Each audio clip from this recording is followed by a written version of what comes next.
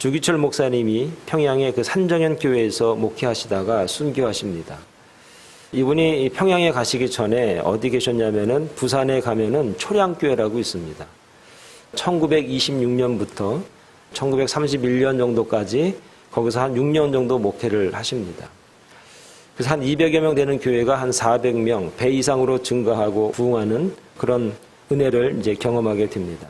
아마 초량교회 역사상 가장 자랑스럽게 생각하는 것이 순교자 주기철 목사님의 흔적이 있다는 것이 그 교회 자랑이고 또 한국교회의 자랑이기도 합니다. 이 초량교회 전신 교회 이름이 양선현 교회라는 교회입니다.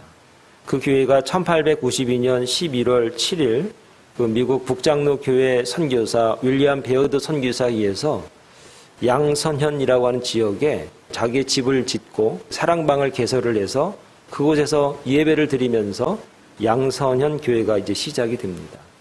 부산에 많은 피난민이 왔을 때 피난 동포들을 많이 섬겼고 부산 지역을 많이 선교했던 복음화의 구심점 역할을 지금까지도 잘 해오고 있습니다. 그런데 1892년 11월에 베어드 선교사 부부에게 하나님께서 딸을 선물로 주셨습니다. 그 딸 이름이 낸시라고 합니다. 그래서 곧 이듬해에 세례받고 3년 정도 지났을 때 뇌척수막염이라는 그런 병명을 갖고 죽습니다. 그런데 이때 그 베어드 선교사 부인이 이국에서 딸을 잃은 슬픔과 그 베어드 목사님은 경상도 지역을 선교하러 이리저리 다니다 보니까 집을 많이 비우고 혼자 계실 때가 많았다고 합니다. 그때 여러 가지 어려움과 또 슬픔이 있을 때 하나님이 주신 영감이 있어서 글을 쓰셨는데 그 글이 우리가 잘 아는 찬송가 387장 멀리 멀리 갔더니 라는 찬양입니다. 멀리 멀리 갔더니 처량하고 고나며 슬프고 또 외로워 정처 없이 다니니 예수 예수 내 주여 지금 내게 오셔서 떠나가지 마시고 길이 함께 하소서. 이렇게 본인의 슬픔과 어려움을 이 가사를 통해서 하나님 앞에 기도하는 내용을 이제 담고 있습니다.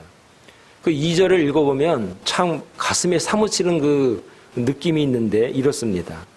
예수 예수 내 주여 섭섭하여 울 때에 눈물 씻어주시고 나를 위로하소서. 3절은 아마 남편을 생각하면서 쓴 것 같습니다.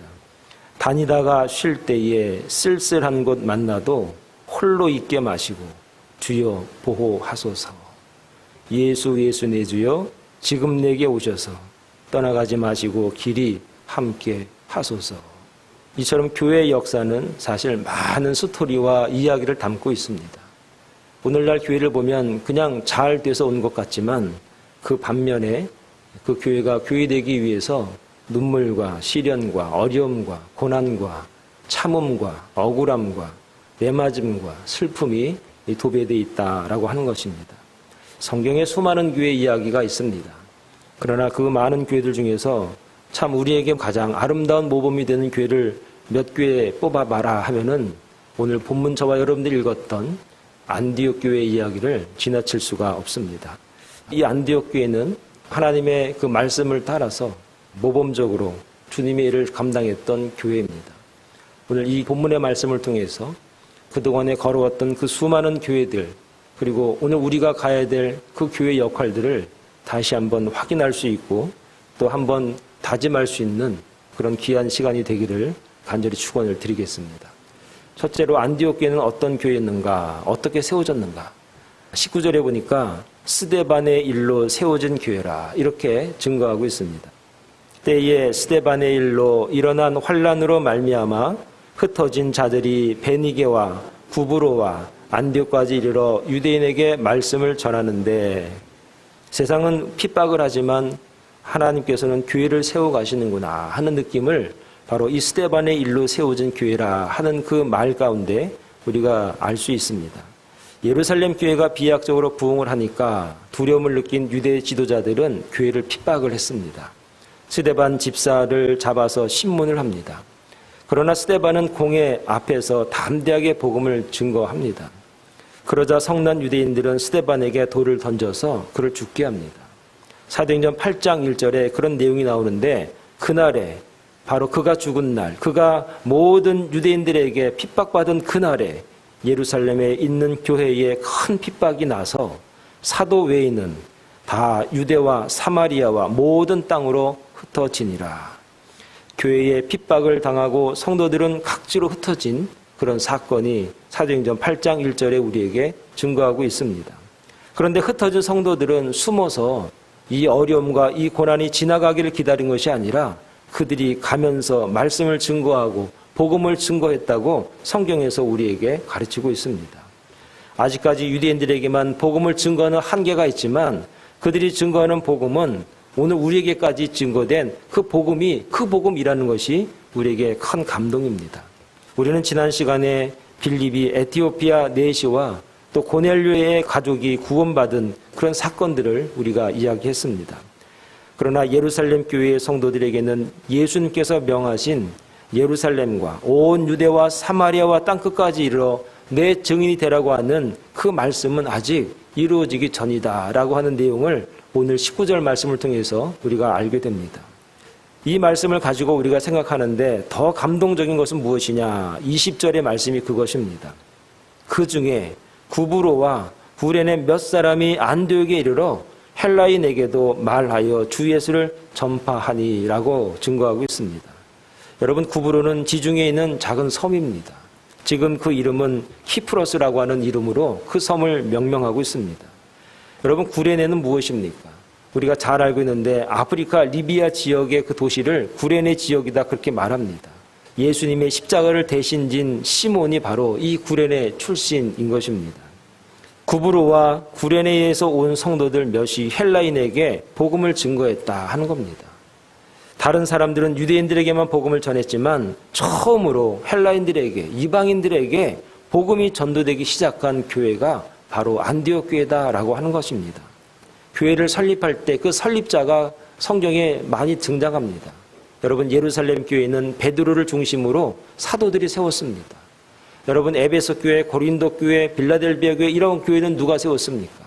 바울이 선교 여행을 하면서 복음을 증거할 때 그곳에 교회를 세웠습니다. 그런데 희한하게도 이 안디옥 교회는 누가 어떻게 무엇을 통해서 어떤 마음을 세웠는지에 대해서 이 얘기는 하고 있지 않습니다. 그러면 오늘 우리가 이 글을 쓴 저자에 대해서 우리가 한번 살펴볼 필요가 있습니다. 사도행전은 누가 기록을 했나요? 사도행전은 누가가 기록을 했습니다. 바로 사도 바울과 같이 동역하면서 사도행전을 기록한 것이 바로 사도행전인 것입니다. 그렇다면은 누가의 직업이 무엇이죠? 누가는 의사였습니다. 그는 바울과 다니면서 바울을 치료했고 의료로 선교했던 최초의 의료 선교사가 바로 누가였습니다. 여러분, 병을 고치는 사람, 과학자들은 철저하게 원인이 있어야 결과를 치료하는 철두철미한 그런 자세가 그에게 있다라고 하는 겁니다. 그의 글을 보면 철저하게 원인이 있으면 결과를 이야기하고 그 결과를 이야기하기 위해서는 원인을 분명하게 밝혀주는 그런 글재주를 우리가 발견하게 됩니다. 바울은 누가와 함께 선교하면서 모든 선교의 이야기들을 많이 이야기했을 겁니다. 그리고 이 안디옥 교회 간에서도 아마 무수히 대화를 많이 했을 겁니다. 그러나 사도행전에 이 안디옥 교회를 설립했을 때에 누가 어떻게 어떤 목적으로 어떤 사람이 이 교회를 설립했는지에 관해서는 이야기하지 않고 있습니다. 왜 안 했는가, 왜 까먹었는가, 그걸 알기보다 그 의미와 그 의도를 우리가 아는 것이 더 중요하다라고 하는 것입니다. 아마 누가는 그랬을 것입니다.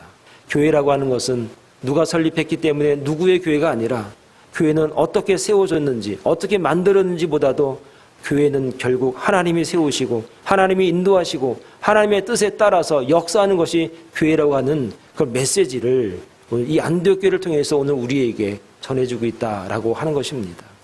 결국 스데반의 일로 세워진 교회 안디옥 교회는 하나님에 의해서 스데반의 순교를 통해서 바로 이방 선교의 복음에 대한 하나님의 섭리가 살아있는 그러한 교회라는 것을 우리에게 증거하고 있다라고 하는 겁니다. 오늘 이 사랑의 동산교회도 설립자가 있고 또 함께 설립했던 그런 인물들이 있습니다.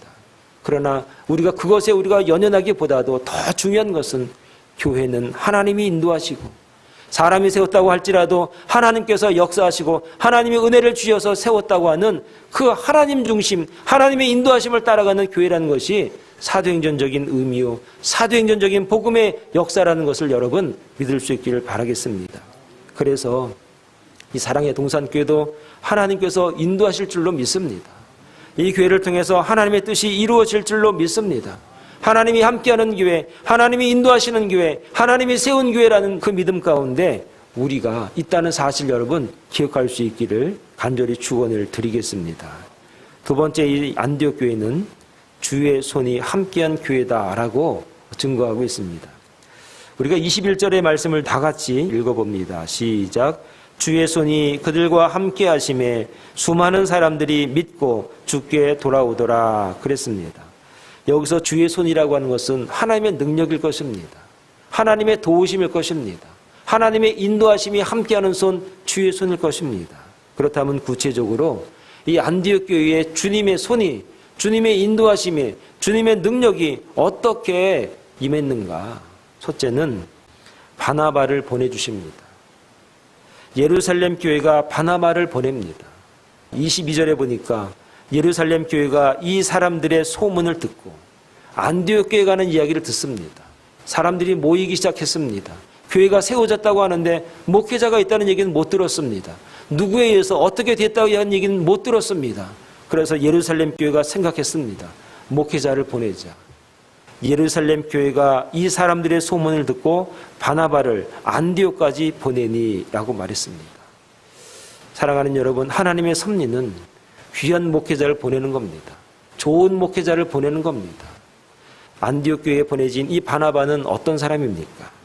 24절에 보니까 바나바는 착한 사람이요 성령과 믿음이 충만한 사람이라. 이에 큰 무리가 주께 더하여지더라. 부흥이 됐는데 그 부흥에 바나바가 더함으로, 바나바를 파송함으로 말미암아서 더 큰 부흥의 역사가 이 안디옥 교회에 임했습니다. 그런데 이 안디옥 교회에 보내진 이 바나바는 어떤 사람이냐 봤더니 착한 사람이었습니다. 그리고 성령과 믿음이 충만하다, 그렇게 기도합니다. 디모데전서 1장 5절에 이 아가도스라는 이 착하다고 하는 이 단어를 설명하는데 이렇습니다. 정결한 마음과 선한 양심과 거짓이 없는 믿음에서 나오는 사랑. 그 사랑이 아가도스, 이런 겁니다. 바나바는 어떤 사람인가? 마음이 정결한 마음과 선한 양심과 거짓이 없는 믿음에서 나오는 사랑으로 목회하는 바나바였습니다. 안디옥 교회를 생각했습니다. 그 지역이 어떤 지역인가 봤더니 인종이 아주 다양한 지역입니다. 소아시아 지역의 가장 큰 도시는 로마였습니다. 두 번째 큰 도시가 알렉산드리아였습니다. 그리고 세 번째 큰 도시가 이 안디옥이었습니다. 그 당시만 해도 50만 명 이상이 모여서 도시를 이뤘던 지역이 안디옥이라고 하는 지역입니다. 그래서 예루살렘에서 생각했습니다. 그렇게 복잡하고 상업이 발전되고 다양한 족속을 관리하고 인도하고 또 하나님의 말씀을 증거할 적임자는 어떤 사람이어야 될까? 바로 바나바처럼 정결한 마음과 선한 양심과 거짓이 없는 믿음에서 나오는 그 사랑으로 목회하는 귀한 사람을 보내서 그들에게 은혜를 끼치자 하는 그런 하나님의 섭리가 바로 안디옥 교회에 임했다라고 하는 겁니다. 하나님의 돕는 손길, 하나님의 거룩하신 손길은 바로 사람을 보내시는 겁니다. 오늘 저와 여러분들이 인생에 있어서 가장 복된 것이 무엇입니까? 좋은 사람 만나는 거 아니겠습니까? 좋은 아내, 좋은 남편 만나는 거 아니겠습니까? 좋은 부모 만나는 거 아니겠습니까? 그리고 좋은 목회자 만나는 거 아니겠습니까?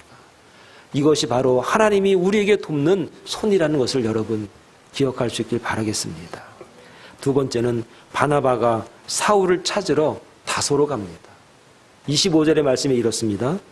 바나바가 사울을 찾으러 다소로 가서, 그리고 26절에 만남에 안디옥에 데리고 와서 둘이 교회에 1년간 모여 있어 큰 무리를 가르쳤고 그랬습니다. 여러분, 바나바가 예루살렘에서 안디옥 교회로 파송이 됐는데 하나님의 은혜 가운데 정말 부흥을 맛봤습니다. 여러분, 목회자가 부흥을 맛본다는 것, 성도들이 우리 교회가 점점점 불어나고 부흥이 되고 잘 된다는 것 얼마나 기쁩니까? 이 영적인 축복을 경험했을 때 얼마나 행복하고 얼마나 누리고 싶겠습니까? 많이 부흥이 되니까 그 다음에 바나바가 어떻게 했냐면 사울을 찾아 다소로 갑니다. 그 당시 사울은 어땠습니까? 나중에 바울이 된 사람입니다. 그는 다메섹 도상에서 예수를 만났고 변화된 사람입니다. 그러나 아무도 바울을 거들떠보지 않습니다. 예루살렘 교회에 가서 사도들을 만나서 일을 하고 싶어도 상대해주지 않는 겁니다. 우리를 핍박하고 죽이던 사람 아닌가? 그때 바나바가 연결을 잘 해줘서 그나마 관계를 맺고 오해를 풀게 해줬던 사람이 바나바였습니다. 그래서 바울이 어디로 내려갔냐면 자기가 살던 고향 다소로 내려갑니다. 그곳에서 13년을 거기서 있었습니다. 이때 바나바가 바울을 생각해낸 겁니다. 그리고 그가 직접 다소로 갑니다. 그리고 데리고 옵니다. 그리고 바나바와 함께 안디옥 교회를 목회합니다. 요즘 말로 말하면 공동 목회하는 겁니다. 여러분 이게 쉽습니까? 바나바가 그런 사람입니다. 그렇게 통이 큰 사람입니다. 내 자리 연연하면서 담을 쌓는 것이 아니라 허물어 버리는 겁니다. 같이 하십시다. 당신 얼마나 많이 배웠습니까? 얼마나 지식이 많습니까? 예수님을 직접 만나셔서 경험하신 분 아닙니까? 은혜를 나눕시다. 이 안디옥 성도들에게 좋은 영향력을 끼치십시다. 이런 통 큰 목회를 한 사람이 바나바입니다. 바나바는 착한 사람입니다. 또한 하나님의 교회라는 것을 분명히 깨닫고 알았던 사람이 바나바 목사님이셨습니다. 이렇게 함께 목회하면서 안디옥 교회는 아름다운 교회로, 오늘날 모범적인 교회로 우리에게 드러나게 되는 것입니다. 사랑하는 여러분, 주님의 손이 이렇게 안디옥 교회를 사랑하셨습니다. 오늘 저와 여러분들에게 주님의 손이 함께할 수 있는 은혜가 있기를 바랍니다. 오늘 안디옥 교회에 임했던 이 주님의 손이 이 사랑의 동산교회와 여러분 가정과 우리 모두에게 나타나고 증거되고 임할 수 있기를 간절히 축원을 드리겠습니다. 세 번째로 안디옥 교회는 그리스도인이라 일컬음을 받은 교회가 안디옥 교회였습니다. 자, 우리 26절 말씀을 다 같이 한번 읽어보도록 하겠습니다. 시작. 만남에 안디옥에 데리고 와서 둘이 교회에 1년간 모여 있어 큰 무리를 가르쳤고 제자들이 안디옥에서 비로소 그리스도인이라 일컬음을 받게 되었더라. 아멘. 그전에는 예수님을 믿는 사람들을 부르는 특별한 명칭이 없었습니다. 유대인들 중에 어느 날 갑자기 자기들끼리 예수를 믿어라, 복음을 증거하라, 십자가 얘기를 하고 막 그러는 겁니다. 그러는가 보다 했습니다. 그 사람들이 점점점 뭉치게 되고 많아지게 되고 그러는 겁니다.